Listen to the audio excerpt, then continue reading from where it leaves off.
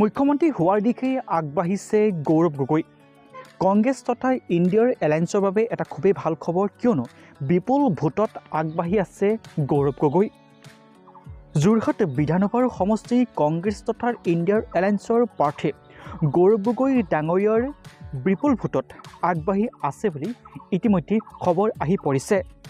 ইয়াৰ লগতে অসমৰ বিভিন্ন প্ৰান্তত কংগ্ৰেছৰ আসন যিসমূহ আছে তেওঁলোকে যথেষ্ট ভোটত আগবাঢ়ি আছে বুলি ইতিমধ্যে বিভিন্ন সমষ্টিৰ পৰা খবৰ আহি পৰিছে।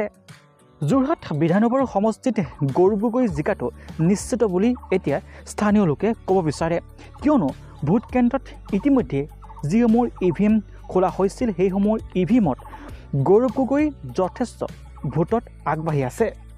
গৌৰৱ গগৈ এনে অগ্ৰগতিৰ পাছতে এতিয়া সামাজিক মাধ্যমত বিভিন্নজনে বিভিন্ন ধৰণে চৰ্চা কৰিছে। বিভিন্নজনে ক'ব বিচাৰিছে যে মুখ্যমন্ত্ৰী হোৱাৰ দিশে গৌৰৱ গগৈ, কিন্তু পিছতে হয়তো সন্ধিয়ালৈ ওলাব প্ৰকৃত সত্যটো কি।